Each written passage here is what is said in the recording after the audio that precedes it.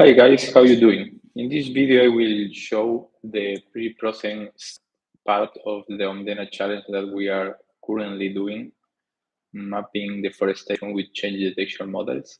I'll share my screen really quick. Okay, so we have this challenge detecting and monitoring land use transformation in Córdoba, Argentina using satellite imagery. We divide this challenge in different steps, or the more important ones, the backend and the API on Redis. That's putting an API with fast API, making some endpoints, some connections with the DB, putting up Redis to making a KOS system, stuff like that. Then we have the one that we will focus today, data pre-processing and analyzing. So, hey, once we receive a request that is given from a user from the front end, it receives from an endpoint in the backend. Then we receive it in the step of data pre-processing and analysis. So we need to search for those images, to download those images, and then give it to the change detection model. So from this one, then we give the image already pre-processed to the pre-trained model experimentation. So we give the image to the change detection model in order to make some predictions. Okay, so then we have the front end that we already saw, the front end that we have. How is the name of the front end? Let me share it really quick with you guys because I have it here. Here it is. So we have this cool front end where you will select an area that you want to map. To map deforestation, and from this goes to a request in the backend. The backend makes some logics to see if this is okay, and then goes to the pre-process step. So yeah, let me close this really quick. Close. Yeah. Then we have a post-processing and data curation. It's basically how we will save wherever we get from the models. We will save all the information, just metadata, because the images are too heavy, stuff like that. But okay, we will focus in this step, data pre-processing and analysis. So basically, I did this really heavy draw in Excalibur, and this is what it means. So we receive something, it goes to the data pre-processing, and we pass something to the change detection model. So here it will go the change detection model. Yeah. Where is here? Change detection model. Yeah. So here we have the change detection model. We receive something, we process it, we pass it through. So what we receive? We receive a request. So we receive a request that what contain? It contains a GeoJSON or a polygon, GeoJSON or a polygon with the place that we want to map, and what else we receive? A date, because we need to know when this was made, when this request was made, and we can receive an initial date and an end date. So I want to see deforestation in this particular place during 2024 just, or from the end of 2023 to the end of 2024. So let's say that we receive an initial date and end date. And what else we receive it's I forgot how you call this, but let me the period. Okay, so I received 2 dates, but I want to analyze those 2 dates yearly. So I want the image from the 2023 and the 2024. Or I want to analyze those 2 placed monthly. So I will receive basically 12 to 24 images. So I want to receive the period too. So basically, that's everything we need. Let's put this in commas, that it's more clear. So we receive a request. That's what the pre-processing system gets with a GeoJSON or a polygon of the place we want to study, initial date and end date, and the period of study. That's all what we receive. What we send to the change detection model, because we need to send something. So what we will send to them. So here, basically what we send are at least 2 or n images. So if I receive a request of 2024, a study yearly of 2024 and 2025, so that's time 1 and time 2, I will send 2 images.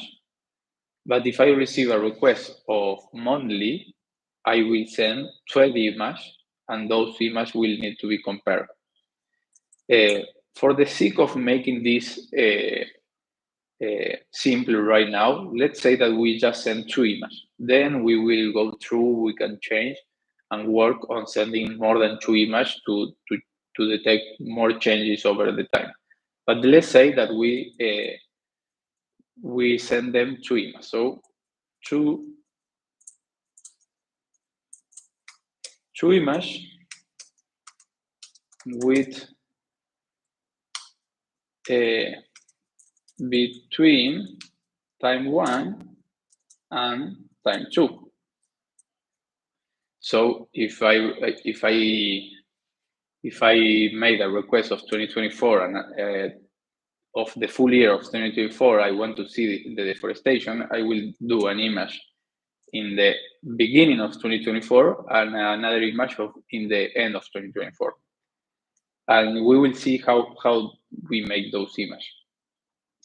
And what else I need to send here? The image in a specific way that the change detection model need it. Normally, what a change detection model needs at 256 plus 256 pixel resolution. That's the most normal because most of the images are in this resolution. So this is the most normal way to send it.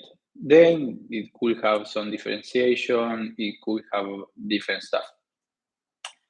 And the final part is to know what layers to send.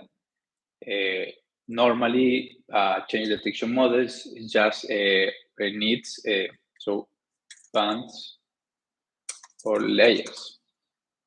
So here, let's put pixel resolution. So it goes here, pixel resolution. We don't know yet. This could be an example. Yeah. And then what else? The bands or layers. What are the bands or layers? Basically, RGB, near, SWIR, wherever the change detection model needs to process those images. Normally, RGB. So we can make an image in red, green, blue, the one that we use as the eyes. But if we go to here, Google Earth Engine, and if we go to Sentinel-2,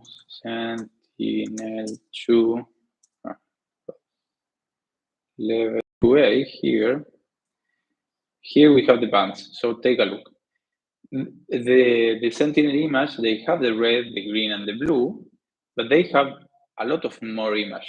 Aerosols, red, edge, near. Near is a really common one to detect deforestation, to detect change in the vegetation. So near is near infrared, and the spheres, both spheres, are really also useful for this. So we have a lot of layers that we could add, but for the sake of complexity and making simple, RGB is the most common and simple way. So we already know what we receive as a request and what is our output. Okay, so we have that clear. And let me put a period here just see. Yes. Okay, so now we need to define what happens here. First of all, we receive a request and we need to do a simple validation of, hey, we can process this place or we cannot. How we do that? We go to the papers that I share in the project. And if you are not part of this project and you are seeing this video and you find it useful and you want some of these resources, just comment the video and I will be happy to share with you. Okay, so here we have the resources. And the first validation that we want to do is using the dynamic world V1 to know that the place where we receive the request at least has a certain percentage of trees. Why is that? Because if I receive a request that is made in a city where everything is built, it doesn't make sense to our model, and we don't want to process that information because it's not really useful for us. So we want to easily, quickly say to the user, hey, we cannot process this place because it doesn't have trees or a certain percentage of trees. So this model, what it does, it takes a map, a place, and you see all the city is in red. So all the city is in red. So if someone's make a request here in the middle of the city,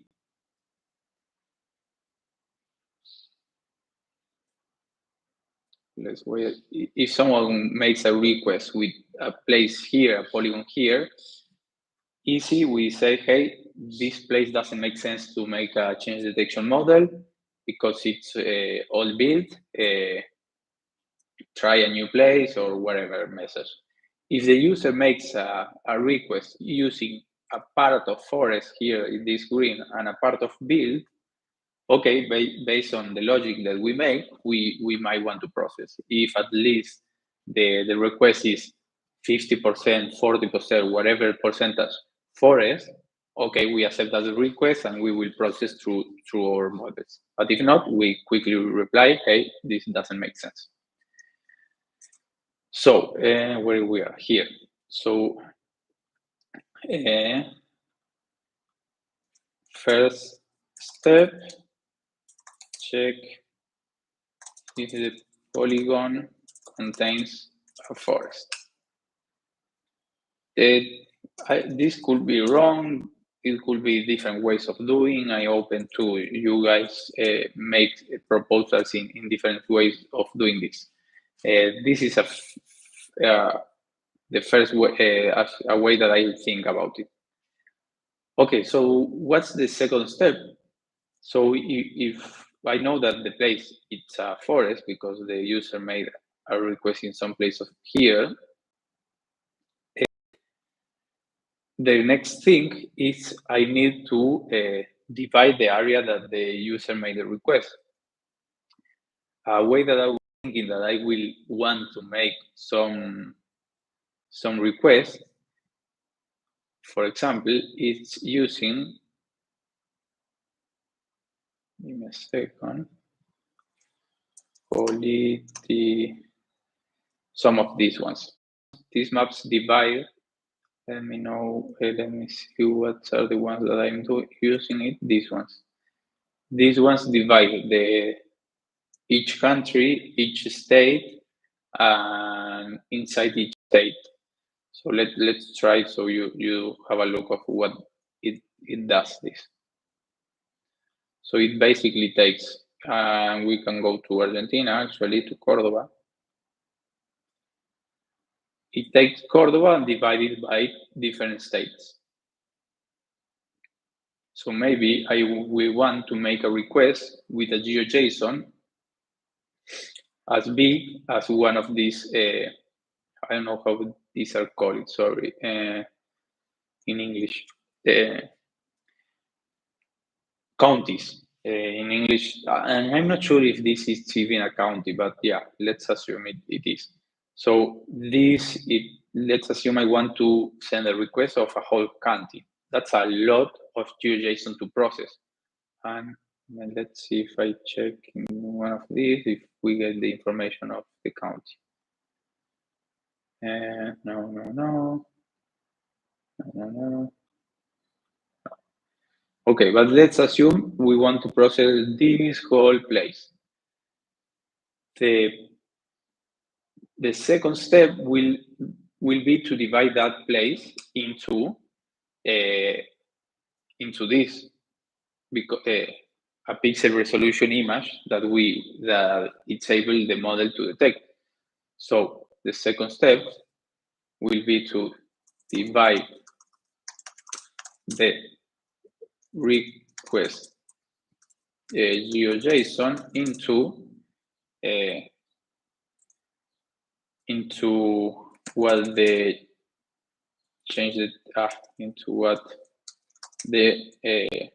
change detection model expect. 256 plus 256. So we need a logic to make a lot of boundaries here, little boundaries of 256 plus 256. 1, 2, 3, 4, 5, and else. And that could look a simple task, but actually it's not so simple because we need to compare based on time. And what it happens, let's trajectory of Sentinel. These satellites, because the Earths keep moving, they never make the exact same route. So let's see if I found one. Yeah, take a look. The satellites move this way in the maps. And because they do that, and there it's keeping moving, they process the places like this. It's not so clear how they see this image.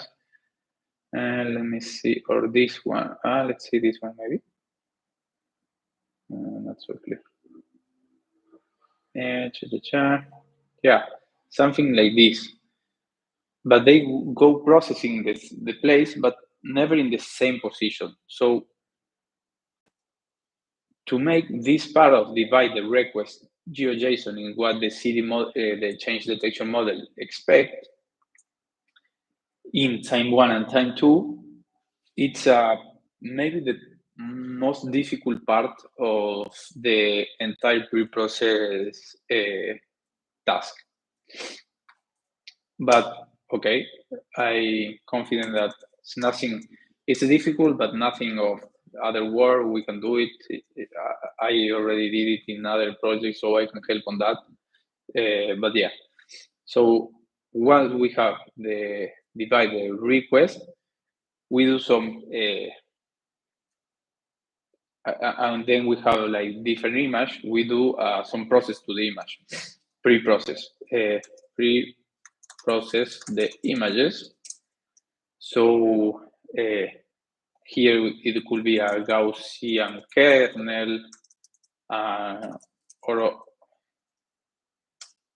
other types of kernels. A Gaussian kernel, what it does, it makes more clear the edge. Gaussian kernel satellite. So it's really useful when you want to work with satellite imagery. To apply this type of the Gaussian kernel, it's one that I always apply. This is not so clear, but yeah, then you can search more information, even YouTube videos of Gaussian kernels, and you will see. And applying a Gaussian kernel, it's like making it's a function in Google Earth Engine. So actually, when you are here when I'm in the code editor, here you have the docs that you can read about it. So if I go kernel, I see here in image a lot of different kernels, and here too, and here is the Gaussian kernel. So it generates a Gaussian kernel from a sample continuous Gaussian. So basically, once you have the image, you just call this function and pass the image to this function, and it makes it applies the Gaussian kernel. If you want to apply any other of these kernels here, you can, I don't know which one, but maybe another one. It's useful to apply for our purpose. Okay, that's the third step. Then basically the fourth step, it will be to download the image as 10 files in a logical way. So if you have a request of a couple of images, you can download it really simple. But if you have like a lot of images and you try to download all at once, it will fail because it will hit your free resources in Google Earth Engine. So you need to put something like a time sleeper, wherever, and you need to be to download the image in the way that the model here, the output expects. And I say 10 files just for you to know that this image, once they are processed in the change detection model, we will delete them because it's a lot of information. Those images contain, they are too heavy because making this, we don't have the image of Sentinel. The image of Sentinel, they are too heavy and we don't want to save it. We want to save if we found some metadata, some deforestation, we want to save the metadata. So if we know that it's a deforestation here, then we can request those images again from Google Earth Engine without needing to save it in our wherever we put our code and our logic, Amazon Web Service, in a S3 bucket or whatever like that. So we will download the image and 5 step, give the image to the change detection model. So this is really like a simple way of seeing. Maybe I'm missing some steps. Maybe you can propose extra steps or stuff like that. But at least the basic, it's here. And we can go here. We have a processing. Sorry. Data processing analyze team. Download and verify satellite image for time 1 and time 2. Okay, so this part is the last one. Download, pre-process image, atmospheric corrections, image registration, band selection. Okay. You told me, hey, how to do this, and if you go to the code and to Foray folder inside my sandbox, I did this function here. analyze site. And this receives a start year, an end year, a period, and just focus on that. The CSV year and site index, it's not useful. But what I do with this is, so where it is? Here, I have another function here, get Sentinel image, that you can see in the code also. It's in Sentinel analysis inside my Foray folder. So what I do here, it's once I receive at time 1 and time 2, and start date and date, a buffer size, so to cloud cover percentage, data expansion date. This is if it fails the request with the start and end date, I make an expansion of the dates, and a composite method. So, and you can read a little bit here, but what it means, this composite method, is that I combine image. So if I want the image from February, I will not take just one image of February. I will take all the image of February. I will see the ones that they have the cloud threshold less than 20%. And then I will combine those images using a median to have the best looking image and the most clean image of February. That's really important. So let's see, composite method. Okay, here's S2 collection. So we get the collection here. Here we are making the call to Google Sentinel, Google Earth Engine, sorry, to the Sentinel-2. We filter the bounds, so we have the geometry already. We filter the year, the dates. This is in days, start and end. And we filter with the cloud threshold. And we also apply another task mask to the clouds that we define here. So you can read about it. This is nothing that I made myself. I take it from other places and code and apply it. Where we've been? Oh, I lost the place. Yeah. And once we make the call to this function, we receive several images.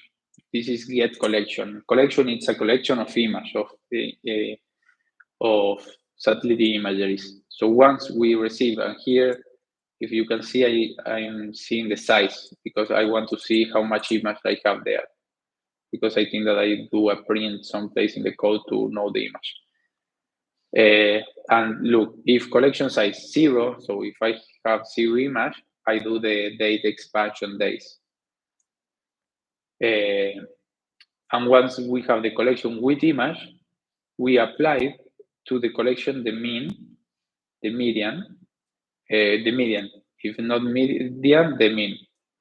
And there we have the composite.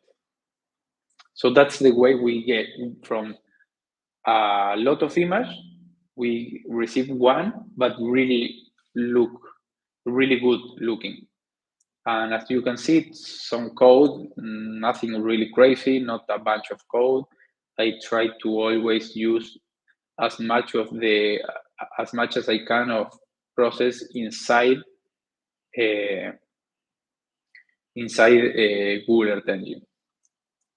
Okay, so here we receive the image of one place, and we can receive it from different moments here for year in start year and year. So if I do it from 2024 to 2025, I will make 2, and then another 4 for period indexing image per year. So image per year, if I want to analyze monthly, I will receive 12, and I will be doing start date and end date between 30 days.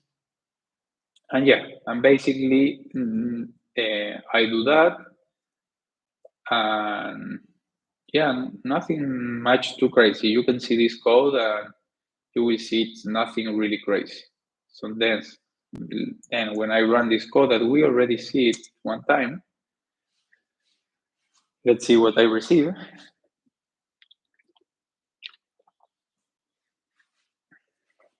Take a look here. So for the 2018 in this place, I found 6 images. 2019, 125. So a lot of images that I can combine them, yeah, and make the best looking image from just with 5, I can do a couple of images. And here I'm just showing the image, but with an extra step, I can download them. So as you can see here, we are seeing the 2023 image. So we already made the pre-process, and we are showing the image, and we have the 2023 composite, 2022, 2021, blah, blah, blah. Same way for the pre-process step. I just want to show this code. I think that if you go to this code and take some parts, it will be really simple for you. I also did put a lot of documentation to this function, so for you it's easy to use it.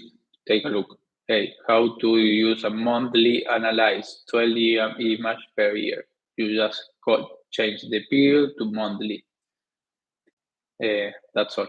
Okay, I think that's all. This is like briefly explanation of the pre-process step. Maybe you have more doubts than initially, but hopefully they are different doubts. So I will be happy to go over those different doubts that the initial that you have. Yeah, bye-bye.